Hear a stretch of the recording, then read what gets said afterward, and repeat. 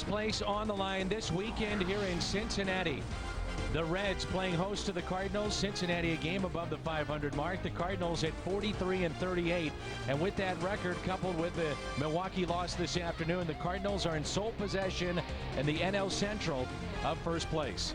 Al Raboski, Dan McLaughlin, and welcome to Cardinals baseball. No surprise, too, Major League Baseball handing out the Player of the Month award, and it goes to Cardinals first baseman Albert Pujols, and what a month it was. It's a record-setting month for Albert Pujols. You also see B.J. Upton wins the award, the Tampa Bay outfielder for the American League. But Albert's great numbers. The 14 home runs ties a single-month record high, and the 35 RBIs sets a new single-month record for RBIs for Albert. Quite a month. All right, he's in the lineup tonight. When we come back, we'll talk about the pitching matchup here in Cincinnati. Homer Bailey of the Cincinnati Reds getting the start, and for the Cardinals, Joel Pinheiro. A pair of righties, the Reds, the Cardinals, first place on the line in the Central this weekend. Cardinals baseball on Fox Sports Midwest is brought to you by Bud Light Lime. With just the right taste, it never fills you up. The difference is drinkability. By Steak and Shake, famous for steak burgers. By Auto Tire, for the lowest prices in town, we shop the competitors so you don't have to. And by Chevy, see your Mid-America Chevy dealers or shop and compare at stlchevy.com. Great American ballpark, and it is a perfect night for baseball. Temperatures unseasonably cool here in the Midwest and right here in Cincinnati, Ohio. Tony La Russa and Dusty Baker facing off now for the 160th time in their managerial careers. Dusty and Tony, and there's a look at Joel Pinheiro, the starter for the Cardinals tonight. And a look at Tony La Russa's lineup, which does not include Colby Rasmus here this evening. Skip Schumaker, the second baseman, leads it off, followed by the left fielder Chris Duncan. Albert Pujols at first base. Ryan Ludwig in right field. Rick Ankiel in center field. Yadier Molina is the catcher. Joe Thurston once again over third. The pitcher batting eighth, Joel Pinheiro. And the shortstop tonight, Brendan Ryan, who's hitting .298. And the Cardinals face Homer Bailey. Bailey out of LaGrange, Texas. And he was selected by the Reds first round and 7th overall back in 2004. And we talk about potential. This guy's got a ton of it. He's our Marshall Wireless starter. Well, he just turned 23 in early May, and this is going to be his third start of the year. It's his second start since being recalled for the second time, and he really has struggled against the Cardinals. 0-2 with an ERA over 14. And he has also struggled with control. In 9+ innings, he's walked 13. A look at the defense. Big strong arm and right of Jay Bruce. 10 outfield assists, which leads the National League. Hairston Jr., Yanish Phillips, the Gold Glove winner at second base a year ago. Votto, good to see him back over at first base. Homer Bailey and Ramon Hernandez, the battery tonight in the Auto Tire defense. Nice crowd here in Cincinnati. Here are the Reds. They haven't played all that well here at home, 19-18 at the Great American Ballpark, and overall a game above 500 at 39-38. No one, though, running away with this division, and as I said before, first place on the line. Oh, that's right. And you know, you could go 0 for 10 on this road trip, and you still wouldn't be that far back. But I think the Cardinals are designed to have a winning trip and maybe put a little separation between them and the other contenders. It's a 10-day, 10-game road trip. It's the longest road trip of the year in terms of games because of the doubleheader right before the All-Star break, the day-night doubleheader at Wrigley Field. After 81 games last year, and this is game number 82 for the Cardinals tonight.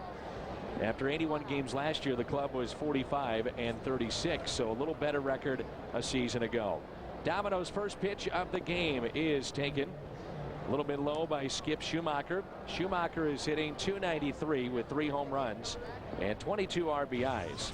I don't think you have to tell anybody in that Cardinal dugout or Cincinnati's how important this series is. The next pitch by Homer Bailey is a strike to Schumaker. Our first pitch at 7:12 Eastern time. And how about this temperature in Cincinnati? 78 degrees. That's just beautiful weather. Let's hope it stays dry this weekend. 1-1 pitch. And that's tapped foul by Schumaker. Not a lot of the Cardinals during the 7 games at home at Busch Stadium put up very good numbers offensively on the homestand. Pujols did. Ludwig was a little bit better, but outside of that, not many bright spots as Schumaker was 6 for 26 on the homestand and hit .231. playing second base for the 64th time this season here tonight. The 1-2 pitch is slapped foul and out of play.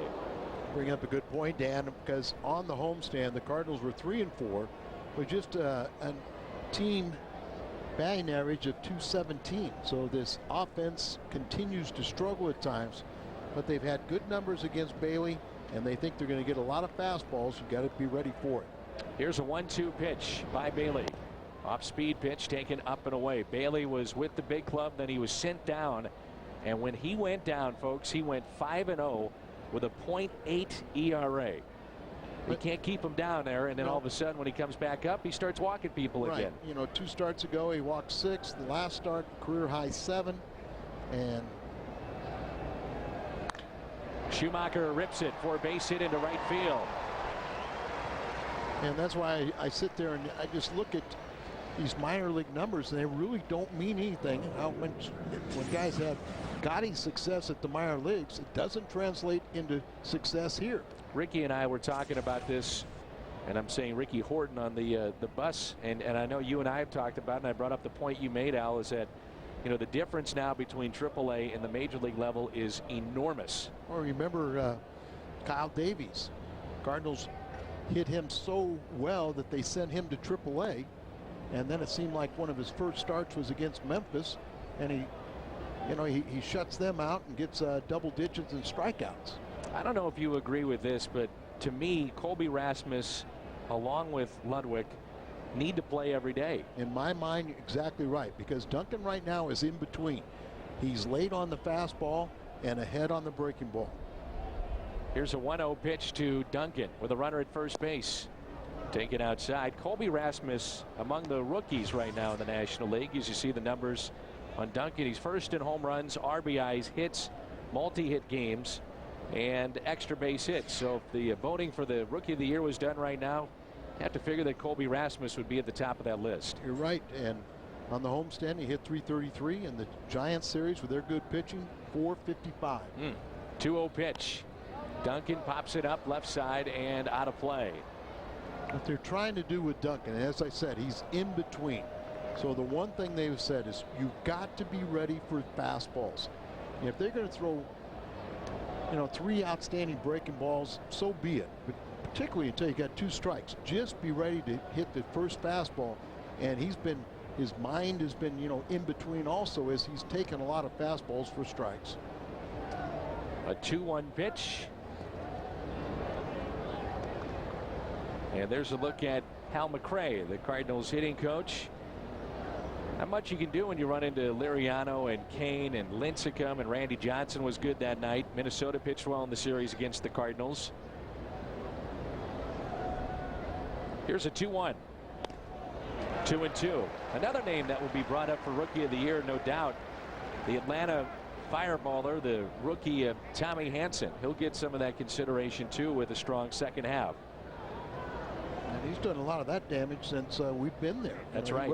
He was down in the minor leagues when we visited Dixie. And he's the reason that Tom Glavine was not activated and brought up. I think they made the right choice, didn't they? Oh yeah. Inside, and it's now count of 3 balls 2 strikes. So if you're Homer Bailey here, you've got to throw a strike. You've got Pujols on deck, and if you're Chris Duncan, you can be selective and expect that you're going to get the fastball. You see he's been better on the road at .292. Get a pitch to hammer right here. Well, remember too, he's been walking a lot of people, so you'd think it'd be a fastball. You already got a man on. You're trying to get your first out of the game, and your best pitch is a fastball. He's been working a lot lately with that split finger pitch. First time through the order, he uses that as a strikeout pitch. But is this the curveball or is this the splitter? We'll have to find out. 3-2 pitch, and Duncan walks in. Here comes Albert Pujols. That is the last thing that he wanted to do. See, in my mind, you're not doing a young pitcher a favor. A lot of times when you get the 3-2 pitch, you're going to see a breaking ball with nobody on base. But when you got a young guy that's struggling throwing strikes, and you got to give him the pitch that is the best chance to throw a strike and hope for the best. Line drive, double play, hope for a strikeout, do something like this. But don't give in to a secondary pitch, especially right off the bat. And it could be a difference in the game now when you bring Pujols to the plate with 2 runners on. Yeah, and now you really very difficult to pitch around him. Albert on the homestand was 9 for 19 with 4 home runs. First pitch to Pujols is taken for a strike. Albert with tremendous numbers in his career against Cincinnati. A .363 hitter, 37 home runs, 109 driven in, and that's just against the Cincinnati Reds. And that's just at 503 at bats. It's amazing. So not quite a full year. 2 runners on and an 0-1 pitch to Pujols. Strike 2. Homer Bailey, and we mentioned that he is now using that split finger pitch. He learned it from Justin Lair. You might remember that name. He was up briefly with the A's and Brewers. He's an International League All-Star. And Bailey, you see 0-2 against the Cardinals. Learned that pitch when he went down to go 5-0, but he had to get permission from Walt Jocketty and the coaching staff here to learn the pitch and throw it in game situations. Pujols spoils that pitch, hits it out of play. A 95-mile-an-hour fastball that he spotted well there against Albert. Why would you not be afraid to throw that with Duncan? Especially early in a game when you want to establish the fastball. The next time, then you can mix things up, but get command of your fastball early. And Al, they said in Cleveland he was being clocked at 95 to 98, so he was hitting 98 sometimes on that gun. 0-2 pitch to Albert. Tapped foul. Stays 0-2. Pujols starts play tonight, 4th in average. Hanley Ramirez is at 348. Albert at 335. David Wright, Carlos Beltran of the Mets just in front of Pujols. He is first in home runs with 30 and first in RBIs with 77.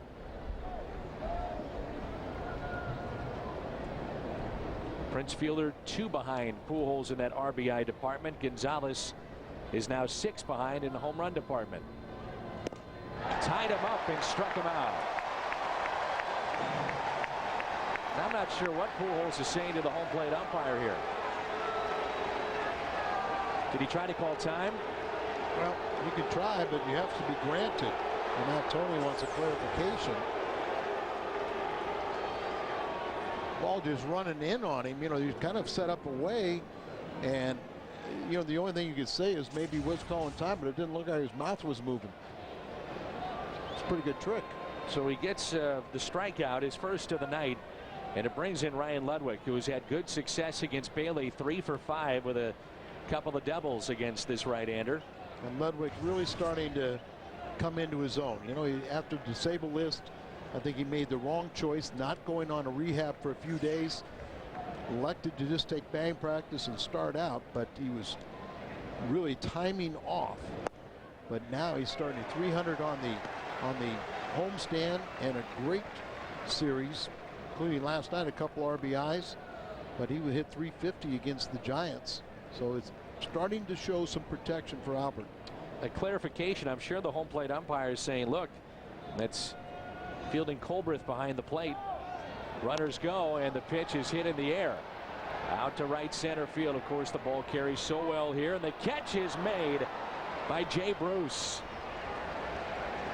Tavares was there as well, but I was about to say, with Pujols, you could see him verbally trying to call time, but never put his hand up to the umpire to indicate that he was looking for time. Never granted, and he strikes out. Right. You can complain all you want. You can ask for permission, but you talked about Jay Bruce and his 10 assists. So he has a much stronger throwing arm than Tavares.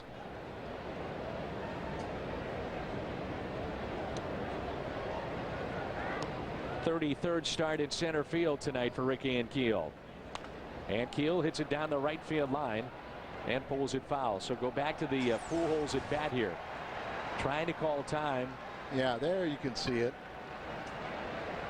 But even then, it seemed to be late in the at bat to try to do that with that pitch. And we always talk about you got to protect these pitchers, and you can't grant time when the guy's right in the middle of the windup. No question. It's a judgment call, and win against Albert. Here's the 0-1 to Rick Ankiel. That's the pitch you got to be ready for. Right there. Out in front on a breaking ball. And then the fastball. You don't want to take fastballs in the strike zone against this guy. He's predominantly a fastball pitcher. trying to mix things up, but still you're going to get your share of fastballs for strikes. Cardinals against the Reds this season are 3-4. They were 10-5 last year. 0-2 pitch. A strikeout of Ankiel, 2 in the inning. Cardinals got the first 2 on and couldn't cash in. Pinheiro to the mound when we come back. Today, Dusty Baker has gotten the best of Tony La Russa by 1 game in the history between these two. San Francisco, Chicago, St. Louis, 80 and 79. Dusty's record against Tony La Russa. Overall, his team is hitting .249. Chris Dickerson, the left fielder. Willie Taveras, their center fielder, with 15 steals. Joey Votto back in the lineup and putting up big numbers. Brandon Phillips, the cleanup man. Jay Bruce, power numbers good, average down. Ramon Hernandez at .254. Jerry Hairston Jr., Paul Janisch, and Homer Bailey. They'll face Joel Pinheiro. He'll get the start for the St. Louis Cardinals. Pinheiro on the season 6-9. And he's our Marshall Wireless starter for the Cardinals. Making his career 200 start here tonight. And when he's on, it's going to be a ground ball monster. But, you know, in his last 5 starts, he's allowed 3 runs or less, but he's gone 1-4. Very little run support. He's only allowed 1 home run since May 2nd. 7 of his last 12 starts, he's not walked a batter, so he's doing everything to help himself win, but needs a little run support. 3-1 in his career with a 2.97 ERA against Cincinnati. That's ripped into the corner by Chris Dickerson, and he can run. On his way to second base, turns it up, and he'll stop at second base. Tell you what, it looked like he took for granted it was going to be a double, and then saw that Ludwig had a little trouble getting it out of the corner. Watch him as he rounds first base. If he didn't hesitate just maybe a little bit right there, then he picks it up. You're right about that. But it's one of those tough calls. You know, the last thing you want to do is make the first out at third base. So, you know, you're in scoring position, but we would prefer to see all guys hustle out of the box and continue to hustle, and let that third base coach help you make that decision if you need so. Firestone leaderboard at the top of your screen. Here's Willie Taveras. And now rookie run leaders. Rasmus at 34, second best. Taveras can bunt for a hit. Thurston bare hands throws it away. 1-0 Cincinnati. As that goes down the right field line. The speed of Taveras, and Thurston threw it away. May have had a little bit more time than he thought, but with the speed of Taveras, he felt he had to get rid of it quickly. And he was playing in for that bunt, so it's 1-0 Reds, and an error, the 10th of the season against Joe Thurston. You see him in there. He comes in here and bare hands it, throws off balance, and just sails on him over the head of Albert, and not a good start. Thurston really struggling offensively, can ill afford to have problems defensively, and he leads the team with those 10 errors. So it's a base hit and an E5 on the play. No RBI on the play. Here's Votto. And he taps it foul. Joey Votto from Toronto. And the Reds were in interleague play when he came off the disabled list for his anxiety disorder. And he revealed to the media that when his father passed away, and he was barely 50, I believe, when he passed away, he took on the responsibility, being the oldest of 4 children, and felt the weight of the world on his shoulders. Had problems sleeping, stress. High fly ball into right. Taveras will tag up from third base. The throw by Ludwig is strong, and he got him. A tremendous throw. Ludwig from right field to the bag at third. Well, we know that Luddy's got a good throwing arm, but really most of the time it's accurate, and this time it needed to be with Taveras' speed. That was a big pick-me-up after a little shaky start. Normally you don't see 2 balls hit in the air off of Pinheiro till about 7th or 8th inning, but here a pick-me-up as they get the double play. Thurston gets a short hop, drops the tag down, and Taveras to tag it up. You know, he's got great speed, so this is probably something he just thought was going to be routine that he'd get over there. And here's a fly ball into right, backing up Ludwig in front of the track to make the catch. What a throw from Ryan Ludwig in right. 1-0 Reds. We'll watch Cardinals crew tomorrow at 11. Fredbird and Andy Bennis go on a cleaning frenzy to get Busch Stadium ready for the All-Star game. Cardinals crew made possible by Shriners Hospital for Children. Airs Saturdays on Fox Sports Midwest. So here is Pujols, the player of the month in the National League. With all the great things that he's done this year, Albert also leads the team in steals. And yesterday, the Cincinnati Reds picked up a walk-off win thanks to Joey Votto, their big slugger, so the Cardinals can see if their big slugger, Albert Pujols, can tie it up with one swing of the bat. Albert tried to call time and was not granted when he struck out the first time. See if this is the splitter. And the 1-0 pitch. Ripped and caught by Hairston Jr. Great catch. What a play. Talking about third base, a reactionary position. You only have time for a dive, maybe one step and a dive, and there was no time for the step, just the dive, and he comes up with it.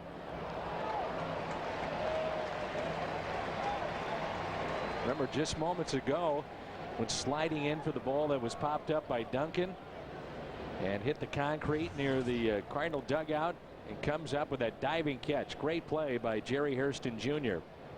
Here's Ryan Ludwig, who flied out to deep right field first time up. The sunshine is at home plate, so some shadows in the mix there. We're in the fourth, 1-0 Reds.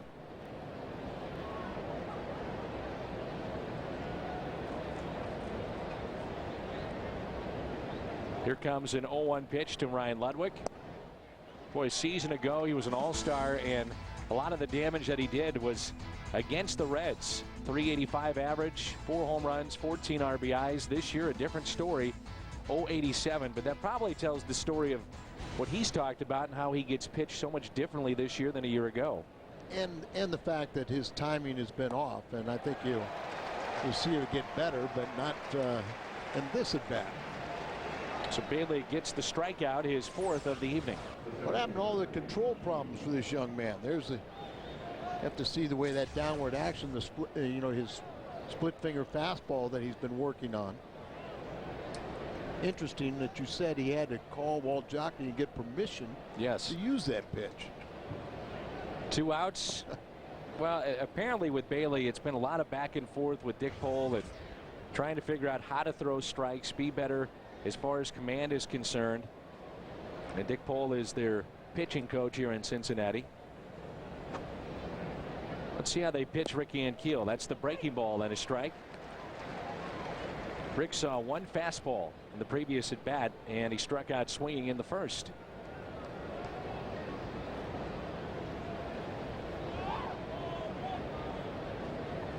And Rick grounds it towards short.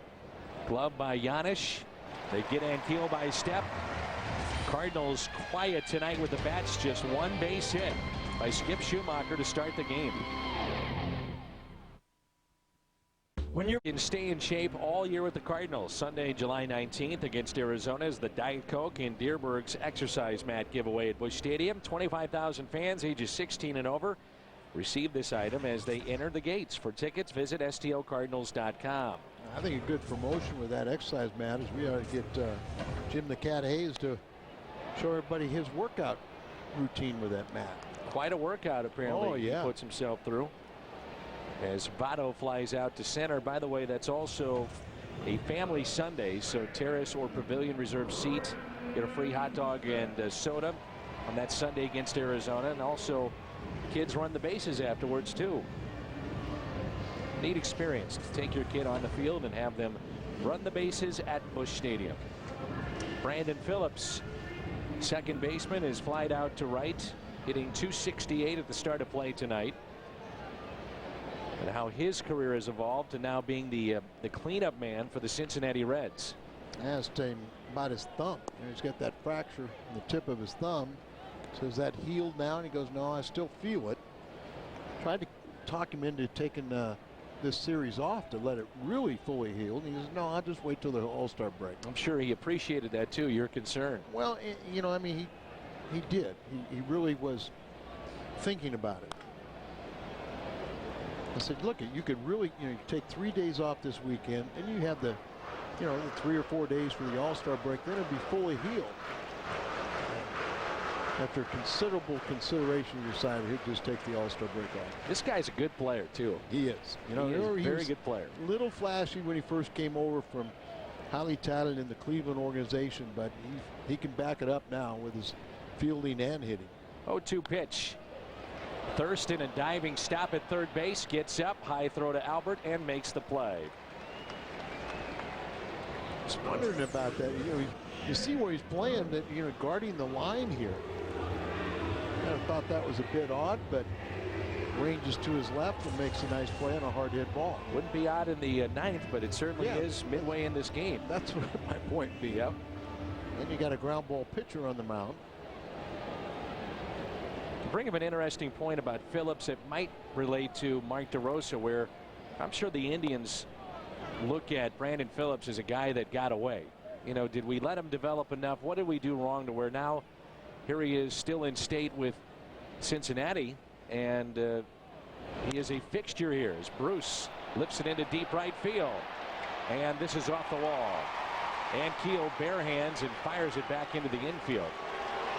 And my point being, as the ball scoots away, is that with a guy like DeRosa, what if you're Cleveland and you trade him? He's 32 and he likes it in Cincinnati, signs a 2 or 3 year contract extension, puts up great numbers, and all of a sudden you got to explain that to your fans again. Right. And here's a guy that was a big acquisition for you, and then you let him go early and he helps another club win.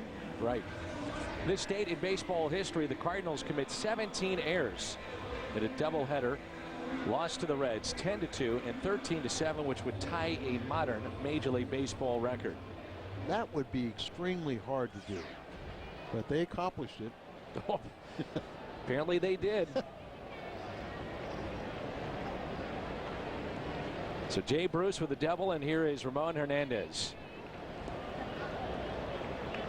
Take a look at Jay Bruce rounding first base here. Well, he's watching the play in the outfield, and then better watch out for Albert. Yeah, he had to alter his running lane. He almost stepped on Albert.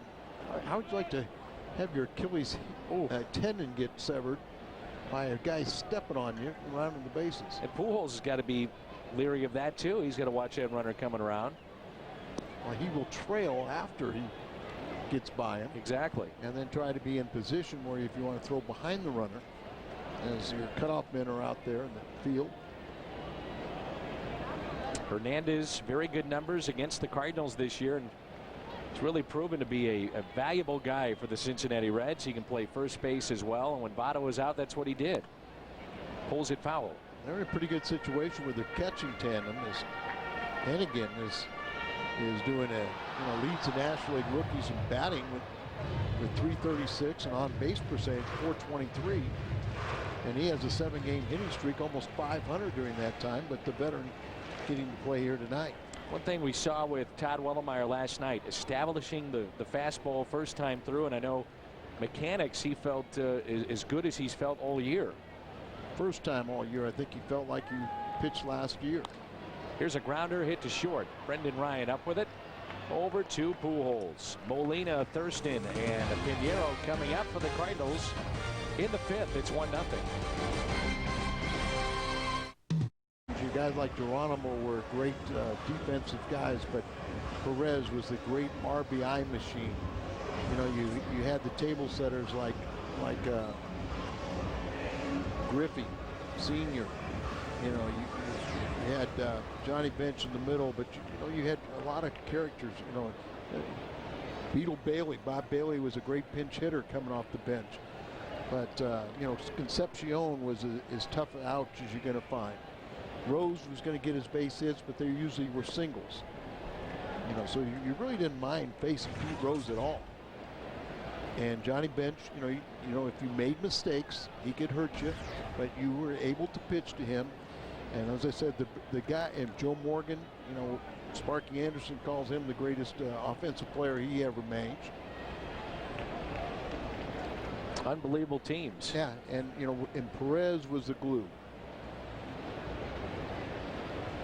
I talked to Eduardo this past week, and we saw him in New York a couple of weeks ago. Eduardo Perez, the former Cardinal and son of Tony Perez, the Hall of Famer. I said, what was the best thing you learned from your dad? And he said that I didn't have to play baseball. He said he never forced it on me. He said I enjoyed being around the ballpark. And Sparky Anderson had a rule with that big red machine with Ken Griffey Jr. and Tony Perez, his kid Eduardo. He said any of the sons that were around could not come into the clubhouse when the team lost. Right. He said you have to understand, when we lose, and I want it to be taken seriously. Yeah. This is not a time to mess around. You know, Sparky was an interesting guy that when your rookie year, he owned you. I mean, he was extremely difficult and hard on the rookies. And his philosophy was, if you survive that year, then you know what I expect, both on and off the field, how to conduct yourself as a professional, and then you pass the test and you're on your own.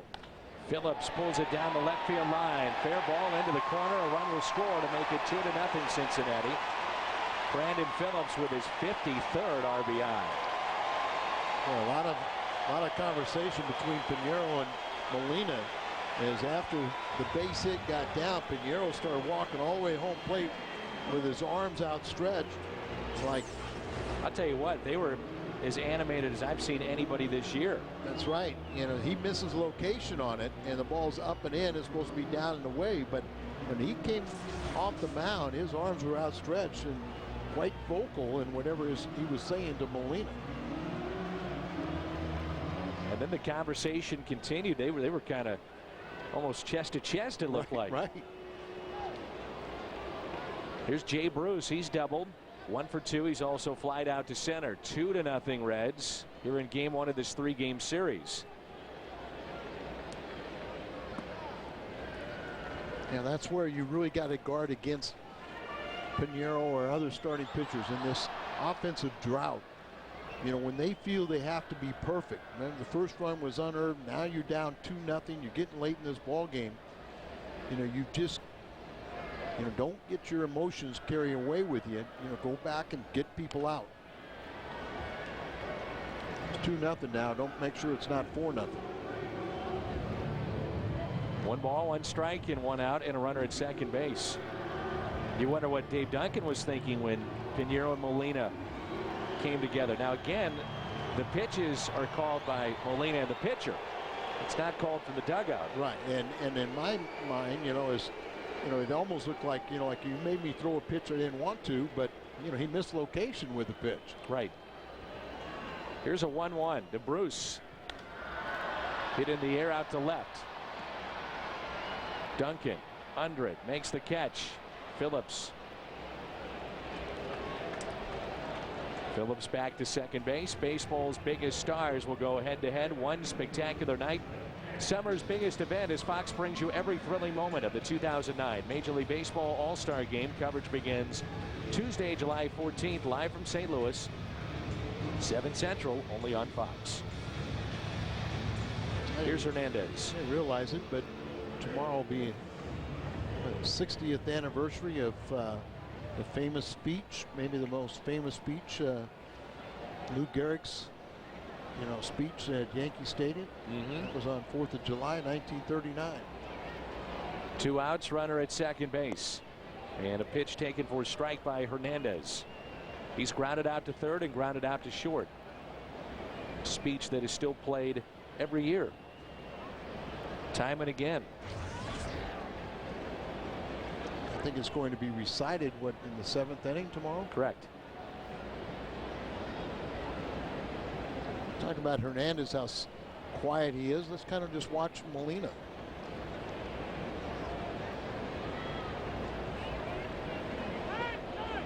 Time called, and that was called by Yadier. Not quiet enough to not call time. Well, he could kind of whisper it to a home plate umpire. But, you know, we showed how quiet, by meaning no movement, and now Hernandez calls time. Is this a little gamesmanship here? Yeah. Well, Molina's sitting there, you know, calm down, use your head. So 2 outs and an 0-1 pitch. Maybe a message sent there by Pinheiro with an inside pitch. Possibly. Saying, you want to call timeout? Fine. Pirates at Florida tonight, looking at some of the Central teams. Marlins have won 8 straight at home. Houston later tonight at San Francisco. The Astros have won 6 straight against the Giants. Earlier today, it was truly a walk-off win as the Cubs in 10 innings beat Milwaukee 2-1. Kevin Gregg picked up the win for Chicago. He's 3-2. And we were watching the game up here in the booth, and the pitch that was called a ball looked to be a strike. And bases loaded walk. Yes. Scores a winning run on a pitch that many people thought was a strike. And the reaction by the players of the Milwaukee Brewers told the story as they went after the umpire. But the game was over, and that was it. Yeah. 2 balls, 2 strikes, 2 outs, and a 2-0 lead here in the bottom of the 6th. Very early dinner reservations, apparently. Yeah, he was getting out of there. It's in a great town to do it. Ooh, that hit him. Yeah, that hit him.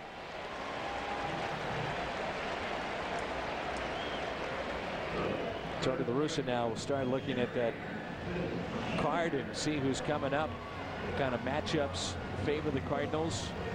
How much longer he sticks here with Pinheiro. Dave Duncan out to talk to him, and so we say, you know, I mean, you get into a situation where you feel you got to be perfect. You allow an unearned run back in the first inning, then you get their first earned run here in the 6th inning. You're down 2-0. Your team is just absolutely shut out offensively, and you've really got to guard against, you know, letting your concentration just sit there and say, well, I've already got them now.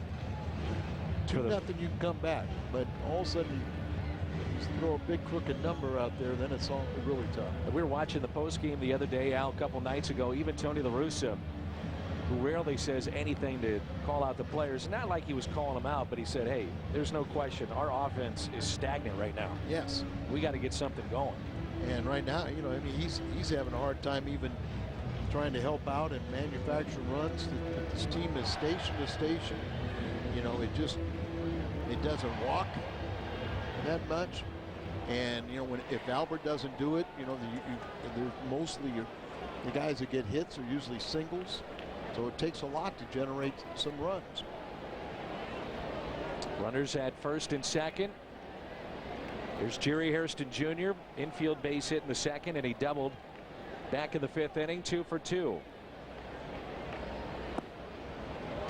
Hairston earlier tonight on a pop-up by Duncan. He's playing third base, tried to make a sliding catch near the Cardinal dugout, hit his knee on the concrete near the dugout. Looked like he would be taken out of this game. He stayed in, made a very fine diving catch and a line drive off the bat of Pujols, and then later doubled. As I mentioned, he's 2 for 2. The 1-0 popped up. Is it playable for Molina? Near the screen, and it's out of play. Just on the back of the screen. 1 ball, 1 strike.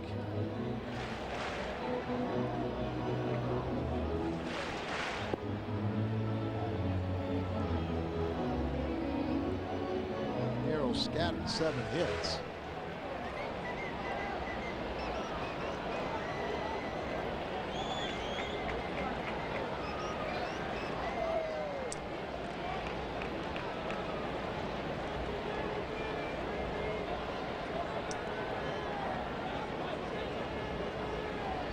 One pitch, left up. Ryan can't get to it. A run will score to make it 3-0. That pitch was up. Hairston delivers. He's 3 for 3 and a 3-0 lead for the Cincinnati Reds. Brendan Ryan really playing in the hole, so a long way to go to his left, and it gets underneath him. So he's got that good range, but he couldn't come up with this one. And they pick up their 2nd run this inning. And Cardinals now trail 3-0. First and second. for Giannis, the 8th place hitter. Tonight he's grounded out to third and also lined out back to Pinheiro. The Cardinals looking ahead to the 7th will have Ludwig, Ankiel, and Molina. But we talked about their very fine bullpen and just how well they have pitched. Certainly it's not insurmountable, only a 3-run lead. Ludwig back with room. Makes the catch. He leads it off when we return. Reds pick up 2 more. They lead it by 3.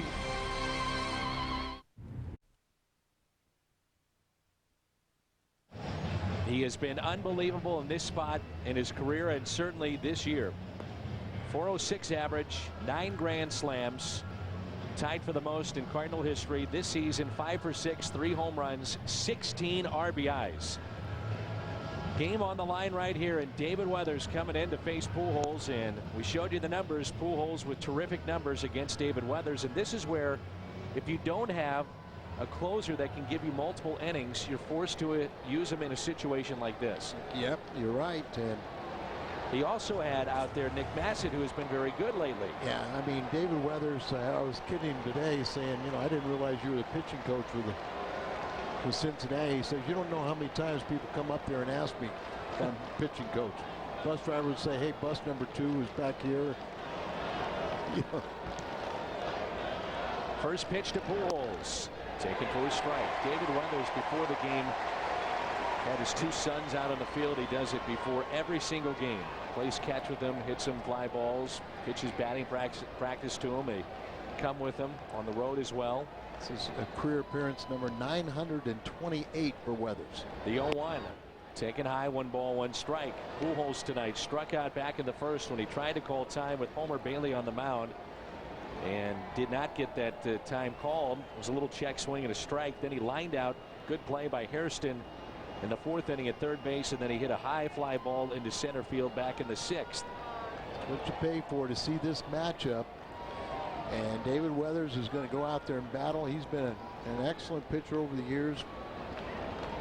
The 1-1 pitch taken outside. A crowd tonight of 41,349. The 5th sellout for the Reds this season. They're on the edge of their seats right now. The game's best hitter at the plate in Pujols against David Weathers. This is all you can ask for, is to have an opportunity late in the ball game that you can get back in it or win it. The 2-1 pitch, and Albert hits it to foul and out of play. 2-2. Weathers. I love how Larry Walker was saying this about any opposing pitcher, how they slowly walk up the mound, slowly toe the rubber, head down, thinking about how am I going to pitch to Albert Pujols. On their feet.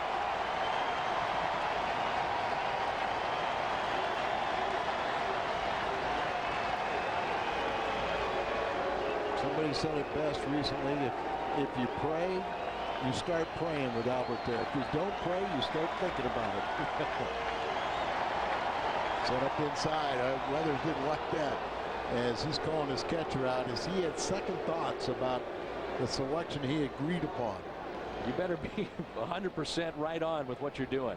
To me, you're just asking for trouble by trying to pitch inside.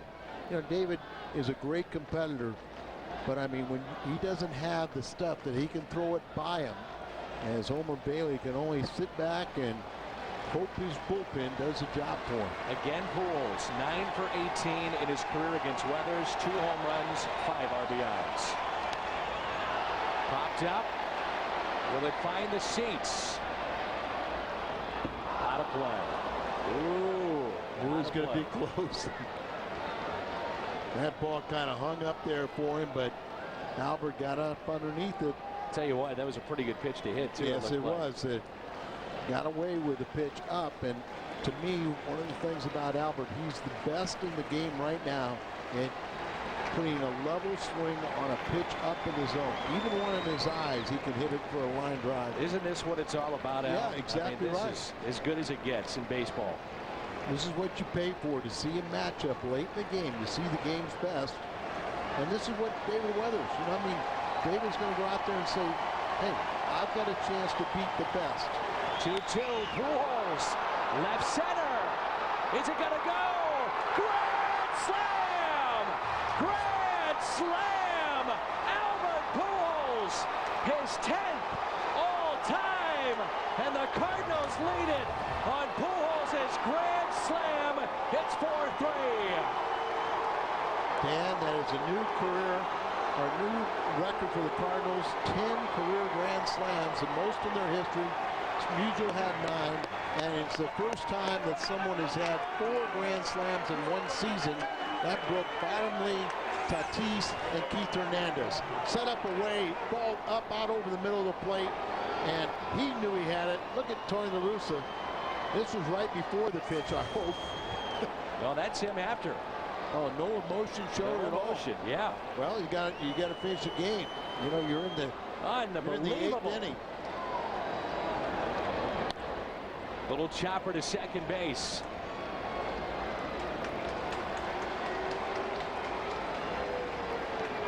Dusty Baker, we had a quick shot of him, head down. His reaction. Uh-oh. No. Oh, heartache.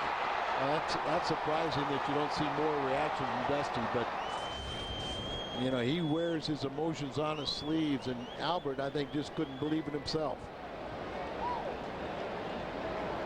You go back to maybe the key at bat in the inning, the walk to Hoffpauir. No doubt about it. To load him up for Albert Pujols. 10 grand slams in his career. He does it again. 4-3 St. Louis.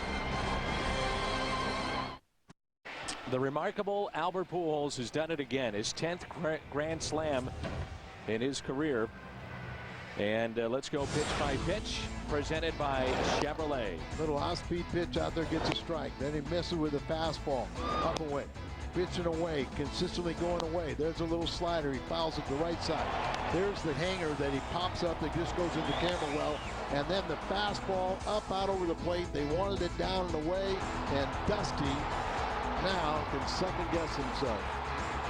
Now here is something as crazy as it sounds, as Josh Kenny is into the ball game for St. Louis as Pujols hits the grand slam. But I think now, if you're an opposing manager, and I realize this sounds crazy, you almost have to think about even walking Pujols in that situation. I know it sounds crazy, but that is something that a lot of people right now watching this game, and this is our Chevy call to the bullpen, are saying, are you better off walking Albert Pujols in that spot and walking in a run? I know exactly what you're saying. I had a conversation with Dick Pohl, the Reds pitching coach, today. And there's a line drive into right field, and it drops in for a base hit in front of Ludwig. Good play to keep it in front. Absolutely. Makes a great effort to try and catch it, but does the most important thing, and that's keep it in front of him and hold it just to a single. You see him come charging high in here. He's trying to get down, but look at him use both hands, uses the body, and keeps the ball in front of him to hold it to a single. But Dick Pohl was saying that, you know, why and how could people keep on letting Albert Pujols beat you? And he said, look at that, we've been around long enough. We've seen guys that they're pitching around, but it puts so much pressure on a guy that they miss location. And it reminded me of Aaron Harang in the game that Albert beat him with a 2-run homer in the first, a home run or double, an RBI later on in the game. Carpenter makes one bad pitch, and that was a home run to Nix. But if he would have pitched around, and they tried to pitch around him, and the veteran Harang made 2 mistakes, Carpenter loses that game 1-0 on the home run. That's right. So his point is put even guys that are trying, they put so much pressure on themselves that they make bad location. We both found it interesting that Josh Kenny gets the call in this spot and not Jason Mott. Now, not asking, having the opportunity to ask Tony right now, I think one thing that you and I picked up is that last couple of times that Kenny has been out there, his slider has been sharper. It's been getting better, game by game, appearance by appearance. I know, visiting with Marty Mason, Cardinals bullpen coach, he feels it's getting better too. Well, I think it is too, but I kind of question, I wonder why Trevor Miller didn't come in to start the inning. Sure. 2 or 3 batters are left-handed, and he's held left-handed batters to a 120 average. A 2-0 pitch. Be careful here with Phillips. If you hang that slider, he can lose it. And there was a slider that's up. Kenny, a lot of times, you know, it is improving, but he's been getting underneath that slider. It doesn't have the, it kind of flattens out. It stays in one plane and becomes a more hittable. Reyes is the left-hander that is up.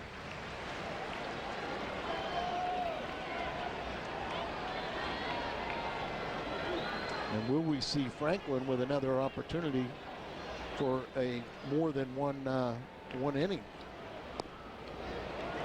There's the slider in there for his strike. Kind of backed up that time. Yeah, it didn't move down and away. It just, like you say, a backup slider. Those are usually pretty good pitches, especially when hitters don't swing at them. Good point. Now here's the thing with Franklin. You could use him multiple innings, but the problem is this would be his 3rd outing in a row, 3 days in a row. I understand that too, but if I get a chance to win a game, I'd use him. 2-2 pitch. Phillips, ground ball, base hit. This is the kind of game too, Al, where it's been gut-wrenching at times because the offense hasn't been there. You know your one chance to score is when Pujols is up. You do not want to lose this game. This is a slider, but it's in the middle of the plate and bounced through. So Kenny's come in here and 2 base hits. They've got to bring in Reyes now with the left-hander Bruce coming up. So runners at first and second, and that'll be it for Josh Kenny with nobody out. Tony La Russa, the long walk out, and that's it for the right-hander. Jay Bruce up when we come back. Career home run number 350 for Albert Pujols, winds up being his 10th grand slam of his career, and our Hardy's prime cut of the game.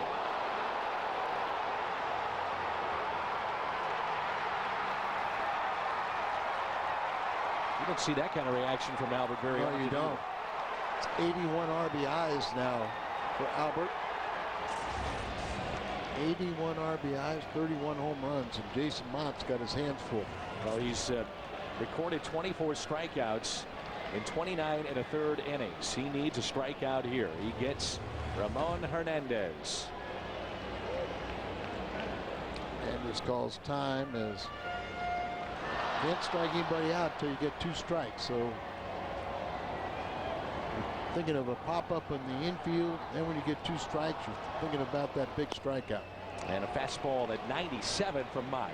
This is when you come in here and you have a lot of fun.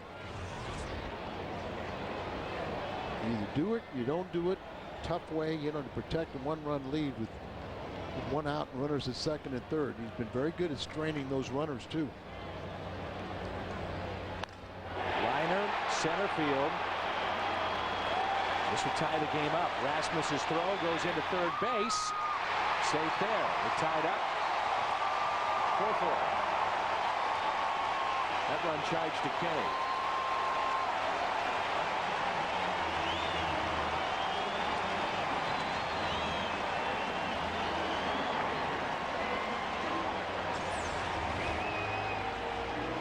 Fastball, belt high and hit out there. The sacrifice fly. It looked like Thurston, if he held on to the ball, did he drop that ball at third base? He may have hit off the runner. Or, okay, he would have been out. Tough to tell, yeah.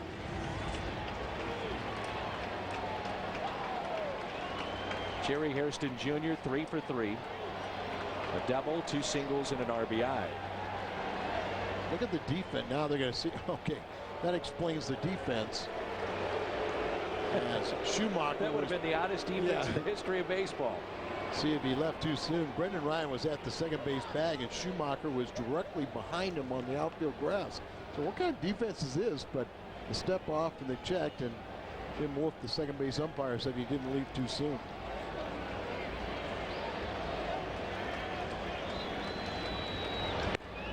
Fastball taken upstairs by Hairston. It's a tough way to get blown save, isn't it? Oh, man. Well, Dusty Baker, when you think about walking a hitter with the bases loaded, he saw it done with Bonds. If anybody should know, it's Dusty Baker.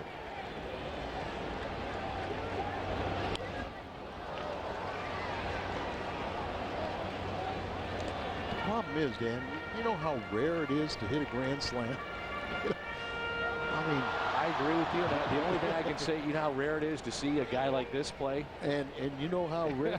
I mean, we go to every town and we just sit there and start talking with other people and just go, how can people keep on pitching to it? That's right. And we love it when they do, but it just doesn't make sense for us because we're seeing what we see on a daily basis of how good he is. Essentially, you know, the great month of June was done when the Cardinals played poorly, and you start breaking down why they pitched to him was when the game was out of reach. So he would get pitches to hit, and at this point the bases were loaded, so they felt they had to pitch to him. Of his 14 home runs, 11 of them, you know, either tied the game or gave the Cardinals a lead. Amazing. Hairston jammed and fouls it back.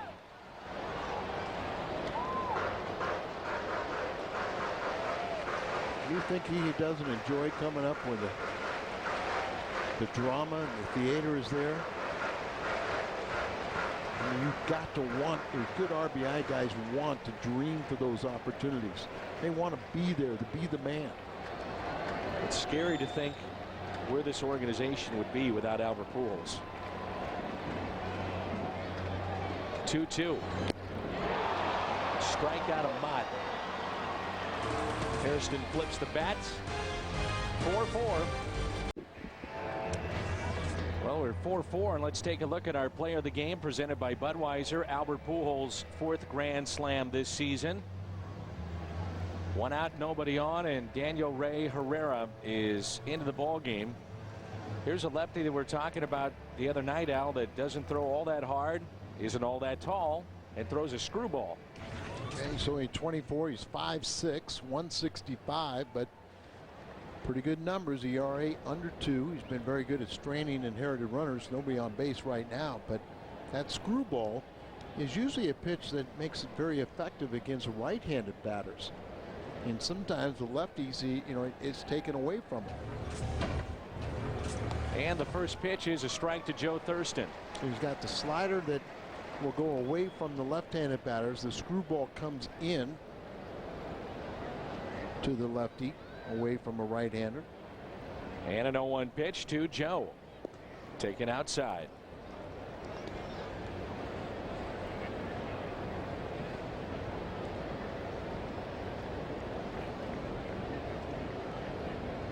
The 1-1. Hit in the air and popped up. The catcher wants it, makes the catch on the third base line, and there's 2 away.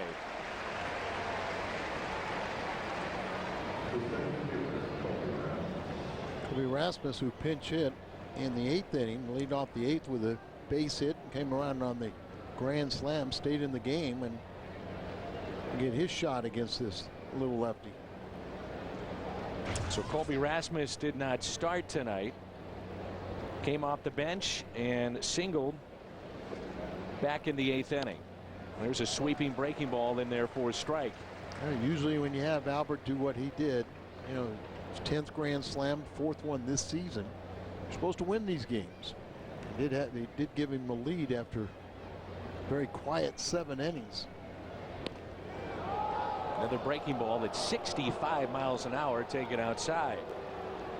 1 ball, 1 strike, 2 outs and nobody on. Colby Rasmus with the walk-off home run winner the other night. Was sitting on that breaking ball and pulled it foul. Left it on the inner part of the plate.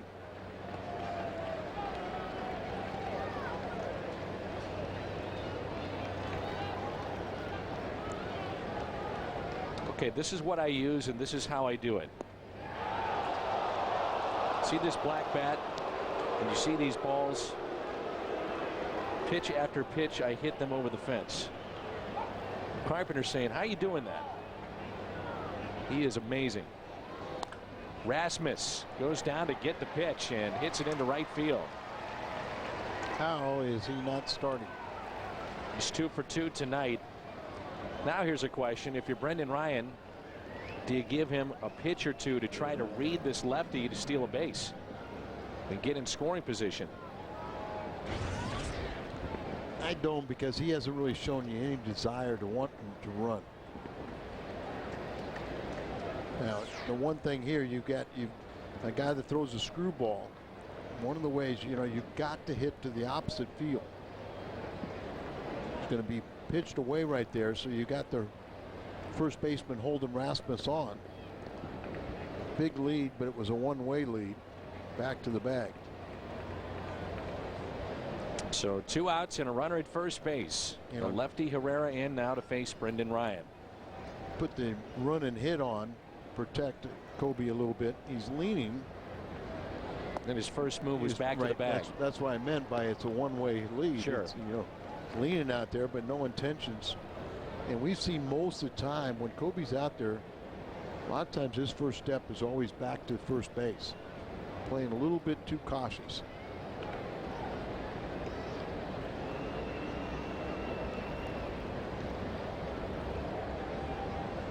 One of the reasons I would say that maybe he would run is that he doesn't throw hard. If you get a good jump, he throws that screwball at 65 miles an hour. Have a pretty good chance of swiping the bag. No, I agree with you, but if you don't get a good jump out there, you can't go. And I rarely see him with a good jump. Here's a 1-0 pitch and a base hit out to left. The go-ahead run now in scoring position in Rasmus. Skip Schumaker, the hitter.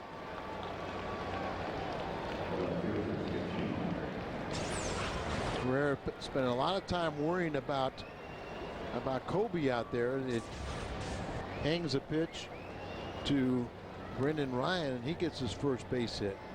Remember, as Schumaker led off this game with a single, and then you had to go all the way to the 7th inning with 2 outs in the 7th inning before Molina got the second hit for the Cardinals. First pitch to Schumaker, taken outside. This is the last lefty that they have in their bullpen. Right. You see, with runners in scoring position, the Cardinals 1 for 5. Skip against lefties this year, hitting .224. It was 195 or so last season, so an improvement as he's seen a lot more. And Colby got a hanging breaking ball that he was able to pull, but if Herrera throws where his breaking ball where he wants it, outside, but falling behind 3-0.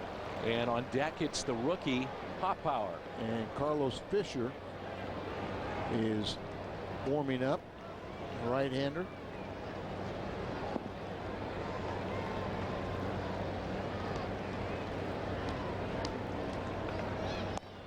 And that's a strike.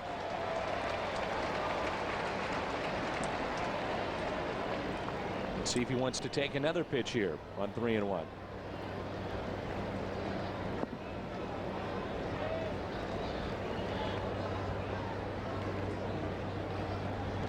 Good speed out at second base, and Colby Rasmus.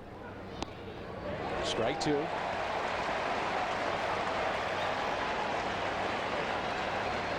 Now, if you're Herrera, you haven't been able to really locate that breaking ball. Do you go with it here on 3-2? A lot of times you do. Your runners are going to be going, and I think that's his best pitch. So it's the pitch I would think he would throw here. Ryan at first, Rasmus at second. Skip hits it to short. Bobble, throw to first. Everybody's safe. He didn't even throw it. Bases loaded for the rookie. Got that in between hop for Yarnish, and a real tough play.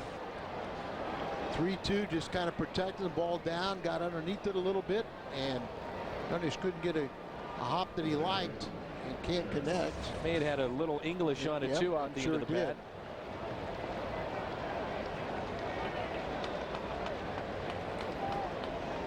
And so Hoffpauir will be the hitter with the bases loaded. Scored a base hit. Pretty generous. Hoffpauir could be a hero. First pitch fouled back. Didn't swing the bat first time up. He did a good job in walking. And remember, he hit .340 against left-handers there in Memphis. Kind of an odd guy to bring to your ball club for a Tony La Russa club because he can only play second base. It's the only position he can play. And it's now ruled an error on that play. Hoffpauir, base hit into left. Cardinals lead it. Brendan Ryan coming in, and he will score. Hoffpauir, Major League debut, delivers. The 2 key at bats. The walk ahead of Albert's grand slam, and then now his first Major League hit, driving in 2. Welcome to the ball club. Cardinals minor league player of the month of June, and he's just delivered his first Major League hit and could be a game winner. Little screwball, and he goes out there and hooks it. And with a good speed, Brendan Ryan scores his second run. Out comes Dusty Baker. The weight of the world on Paul Janish's shoulders right now, the shortstop that committed the error to extend the inning. And the Cardinals have themselves a 6-4 lead. What a ball game here. So many stories in this game, from Pinheiro to Pujols to Hoffpauir. Encarnacion going out to play third base. Cardinals lead it 6-4 here in the ninth.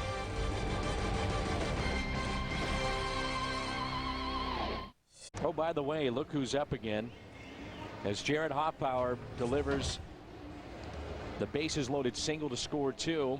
And here is Pujols. Well, they pitch to him again. Third base is open. That's one of the questions now for Dusty Baker, no doubt. Well, and Fisher has allowed a run in 5 of his last 9 appearances. 13 games overall, 1-0, ERA at 3.38. See, 18 strikeouts and 11 base on balls in 16 innings. So promoted from Louisville, where he was 2-0 with 2 saves, ERA at 2, and held opponents to 175 average. But this is Albert Pujols. I know your decision right now is intentionally walking. See you later. Take my luck with the next guy. Take my chances. 2 outs and 2 on. 2-run lead for the Cardinals. Albert Pujols, if you're just joining us off of David Weathers, hit a grand slam back in the 8th, put the Cardinals on top 4-3. They were trailing 3-0 at that point. Reds came back with a run of their own. The Cardinals have scored 2 here in the top of the ninth. 1-0 pitch. 2 balls and no strikes. Encarnacion is the new third baseman, so part of the double switch for Dusty Baker, and he'll be due up second, and in the 9th spot in the lineup. The pitcher's in the 7th spot.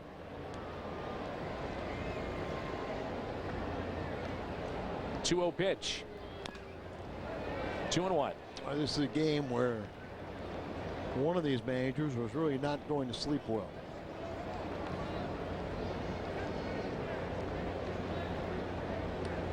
Either way, with the emotions of this game. Yeah, what if I would have brought in Massett when I brought in Weathers? What if Rhodes didn't walk Hoffpauir to bring up Albert with the bases loaded?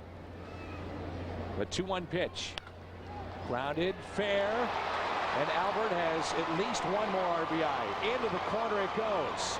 Hoffpauir held up at third base. Pujols with the double. He's got 5 RBIs tonight. Now 82 this season. Tough chance for Encarnacion here. Well, he just came off the disabled. It's well off the line, and then it takes a bad hop over it as he's diving for it, and then the ball takes a bad hop over his shoulder. It's a nice play there by Dickerson to cut it off, because Hoffpauir was flying towards third. Here's Ludwig.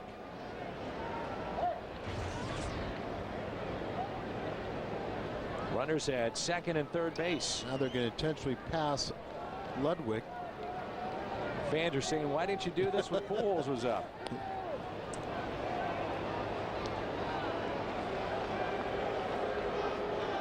Cardinals will send their 9th man to the plate.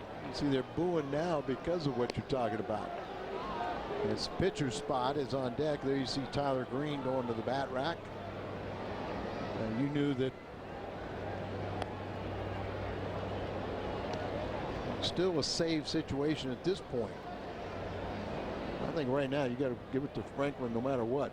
Game like this, you got a chance to win it. Win it. So Tyler Green will be the hitter. Remember, as a pinch hitter, he homered in this ballpark. First time we came through.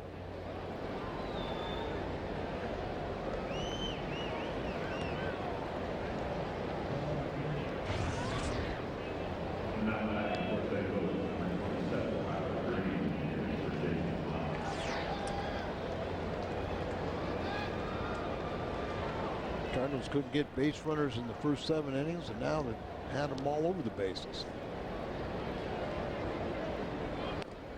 And it's upstairs to Green.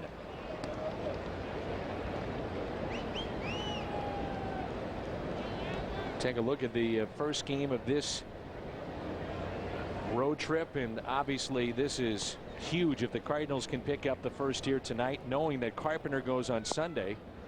You always feel good when he's on the mound. It's about winning series. Milwaukee lost today. The Cardinals moved into sole possession of first place in the Central before the game started. And you know, with Cincy having the emotional win yesterday, a walk-off hit by Votto, you turn that momentum around. The Cardinals looked like they were just going to be shut out in this game, and then all of a sudden they've scored 7 runs in the last 2 innings and a chance for more. Bases loaded again for the Cardinals, third time tonight. 2-1 is the count on Green. 7-4 St. Louis. Albert Pujols with 5 RBIs. Right on the pitch. So Pujols has put up ridiculous numbers. 15th career 5+ RBI game. 15 times he's done that. 5+ RBIs in a game. Now, and this is his 9th season. The only man in history to have at least 30 home runs in every single year. His 9 years in the big leagues. Now the count runs full here with the bases loaded.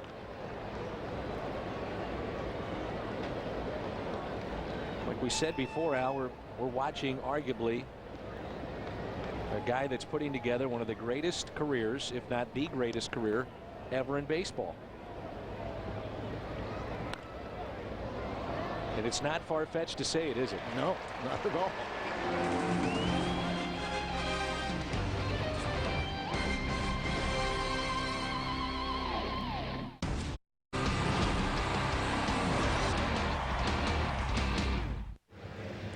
Here's Ryan Franklin at 7-4. St. Louis leading Cincinnati, bottom of the 9th.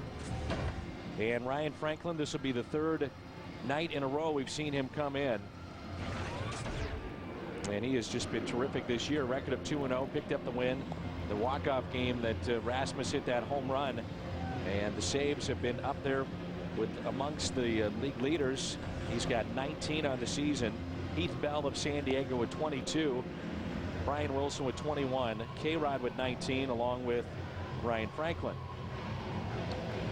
He leads the major league relievers with that 0.87 ERA, unscored upon his last 9 games, and that covers 13 innings. And hopefully closes this out and gets rewarded with an all-star berth. That would be something awfully special for Ryan Franklin. Here's Lance Nix. Just killed the Cardinals earlier this year. Nix, who is 8 for 24 against the Cardinals in the 7 previous games. 3 home runs and 9 RBIs.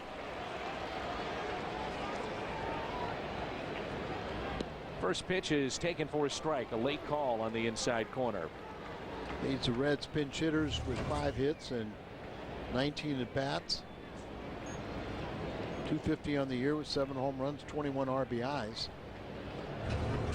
And Nix pulls one foul. That's what you like about Franklin. He throws strikes. You know, one of the most important stats for a reliever is what do you do with the first man?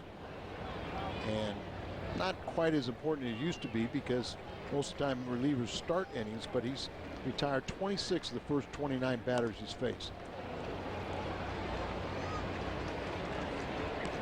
0-2 the count. 7 games, 8 for 24, 3 home runs, 9 RBIs against the Cardinals. Cardinals have been out hit 10-8, but they lead it 7-4.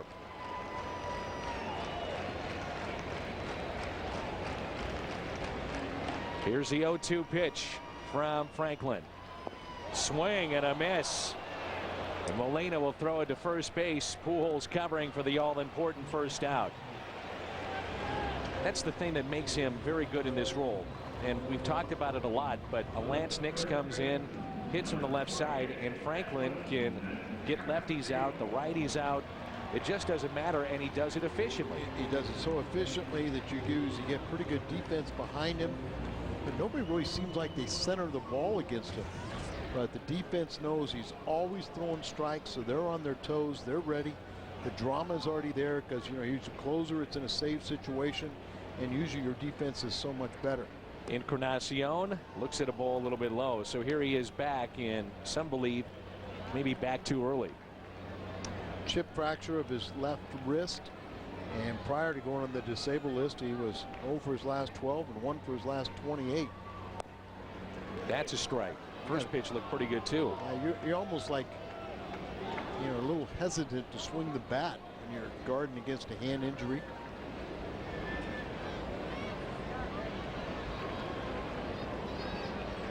Here's a 1-1 pitch.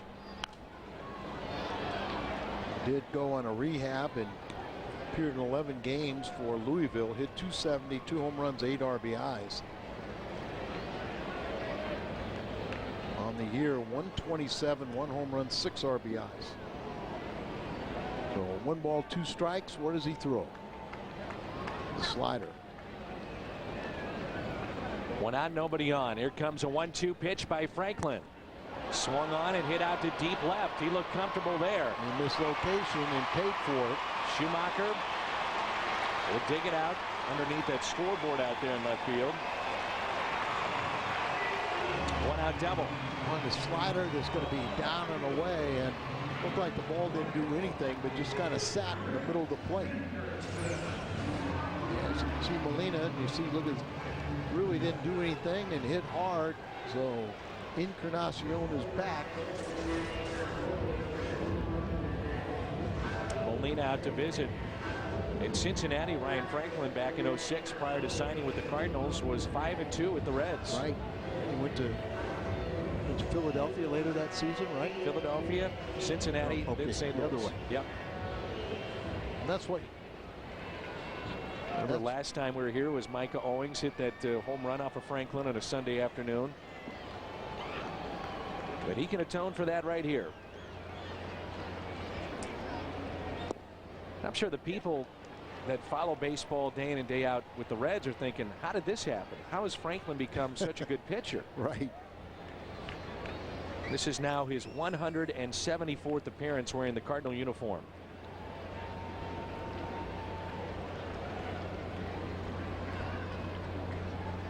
Oh, 1 pitch. 0-2. See, that's that fastball. He's got a little extra to it that still can get guys out. Yeah, and he spots it well, but it's got a little running movement on it.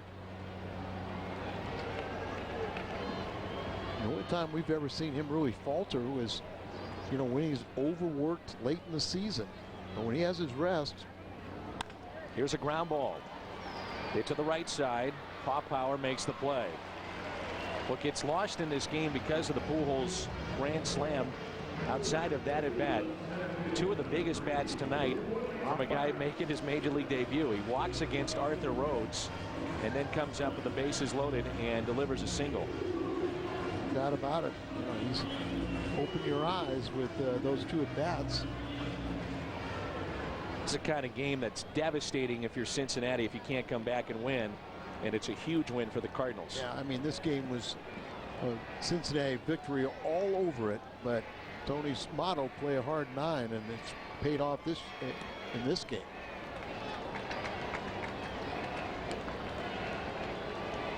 Still the final out to Hamas, and Dusty talking to himself, and he'll be muttering about this one tonight. Taveras takes a pitch inside.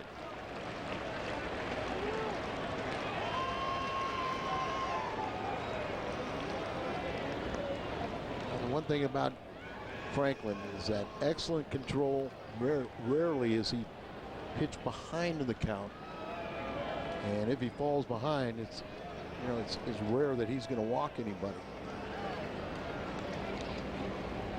And that's a strike. Taveras just trying to go up there, trying to somehow, some way convince the umpire it's a ball. But that's when you get a fastball in the strike zone, when you're ahead in the count, it's hard not to swing at it. And a swing and a miss. An off-speed pitch. Might have been the splitter there that was up a little bit. Might have even been a ball. They're down to their final strike.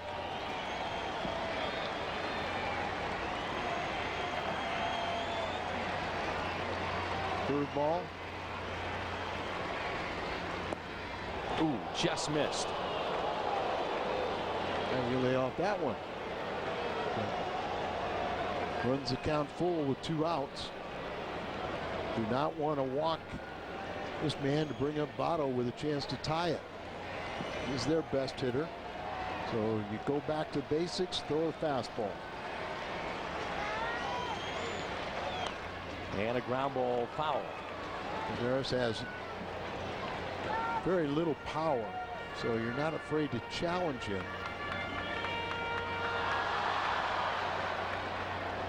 He's got to hit his way on, and that's the one you can't emphasize enough about Franklin, how good he is with that control. There's the man you don't want to bring up, Votto. Sinker, didn't want it, slider. Didn't want it, looks like fastball away. Here's Taveras on this pitch. Takes it in.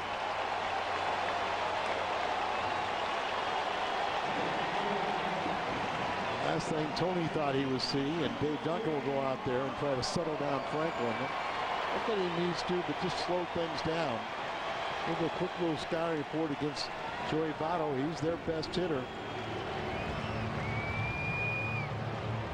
And he's the real emotional leader of their ball club. He got the game-winning hit yesterday afternoon's game. Seesaw of emotion, right, Dan? Oh, yeah. Ball game here on the line with their best hitter, arguably. Cardinals' best hitter came through. Votto yesterday, as the Reds have won 5 of 7. His teammates really pulling for him after what he's gone through personally when he got tackled. Dusty Baker told me he is truly the leader on this Cincinnati Reds ball club. An exceptional young man. Tough time dealing with the loss of his father. So I mean, his depression and anxiety disorder had nothing to do with success or failure. He's been successful, and Franklin's going to try and keep him unsuccessful in this at bat.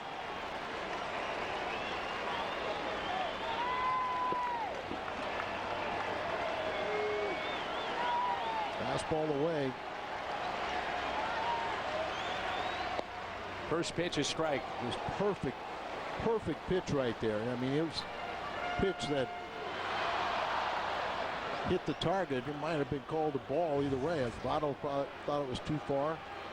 .412 average with runners in scoring position.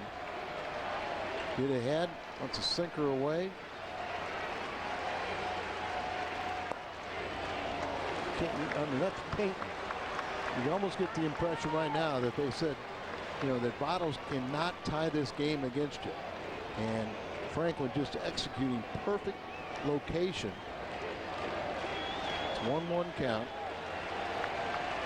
It's going to be like step off the splitter then. Ooh, good pitch. Yes, he was. The Cardinals may have caught a break. I think they did too. Brian O'Nora, the third base umpire, said he goes around on this splitter. And that replay, it looks like he did. From up top, it didn't. Yeah, I agree. So what's he want to come with here on 1 and 2? Wasted fastball, you know, up and away. Does he throw that splitter again? He's in the driver's seat. There's a splitter. Don't be afraid to bounce it, Molina's saying. He's a pretty good hitter here, though. And not afraid to hit. You know, like all good hitters, not afraid to hit with 2 strikes. Usually they're good low ball hitters. I was watching them in batting practice. Very good at quick hands, taking the inside pitch and hitting it hard. Now they're going to, this is what I was thinking about, fastball up and away. Kind of see if he'll chase a fastball up. He doesn't. 2 and 2. The runner from first takes the bag, the open bag at second. 2 and 2 the count. Throw that fastball, see if they go back to the splitter. Very reluctant, I'm sure, to throw a slider on the inner part of the plate. Everything's got to be backdoor. Fastball away. Votto calls time.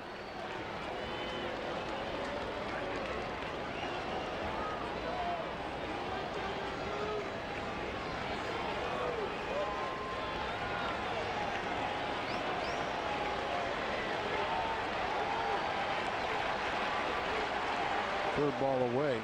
2-2. Change with a runner at second, but he pointed to him, and I was unsure what that was about. Was they changed the signals?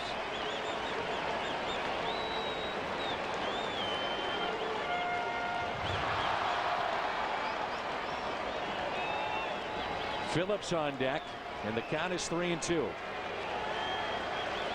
What a game, huh? Terrific.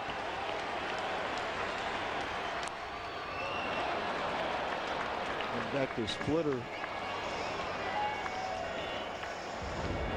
Votto just waiting for that mistake.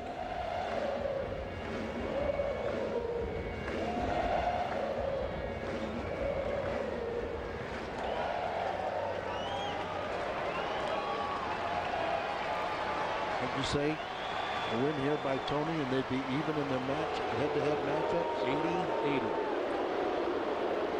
And crowd not liking it, but this pitch is so important right now that Franklin and Molina are going to make sure they know exactly what they want, and they're on the same page with this 3-2 pitch.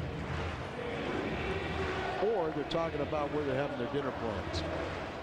Probably the 3-2. Oh, okay. Look at those numbers with a full count on Votto. League average at 234, and he's got tremendous numbers. Dusty Baker before the game telling me what a special person that Joey Votto is. He's their number 3 hitter, like Albert is the Cardinals' number 3 hitter, their best hitter. Runners at second and third. How good are you, Ryan Franklin? Inside. Here back it comes. away. Yes, he did. See if they go? No. Well, ball 4. I bet that's if you show a replay, there's no difference in the one before. That one, it looked like he did go around. So bases loaded. See that replay? It always looks like they go around. And it wasn't as pronounced as the one earlier, so maybe Brian Lenore got them both right. How rare do you see Franklin walk 2 batters? Now their chance to win it with a grand slam.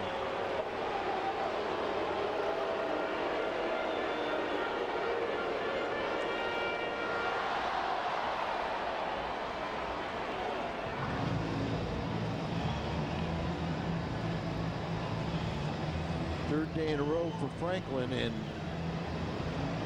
this time he's throwing a lot of pitches.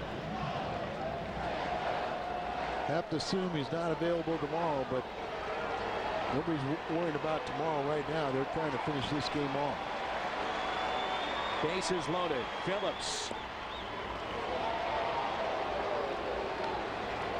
You wonder if Franklin, at this point, Al, third night in a row, is starting to wear down just a little bit. That has to be a cause of concern. He's thrown 27 pitches now.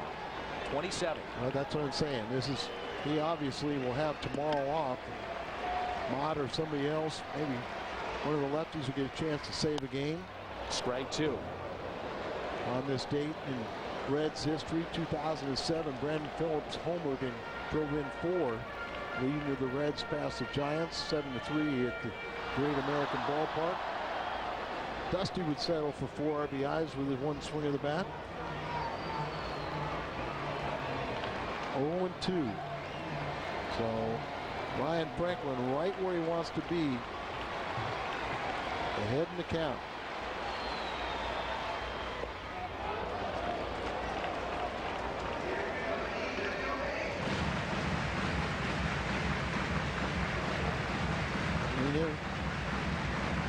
Given that low target, trying to get him to expand the zone, started to swing but held it.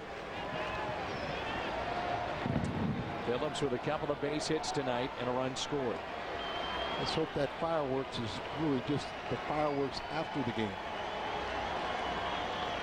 1-2 pitch. He got him and the Cardinals win it. 7-4 the final. What a win for the St. Louis Cardinals. 5 RBIs tonight for Albert Pujols, including his 10th career grand slam, and the Cardinals win it 7-4. They take a sure victory away from the Reds with the dramatics of Albert Pujols' grand slam. Hoffpauir gets his first major league hit, and it's a game winner, and Ryan Franklin picks up his 20th save. Huge win for the Cardinals. 7-4 the final, and the postgame show is coming up next. Key hit in the game, no doubt. The grand slam off of David Weathers put the Cardinals on top. Franklin to save, and the Cardinals win it.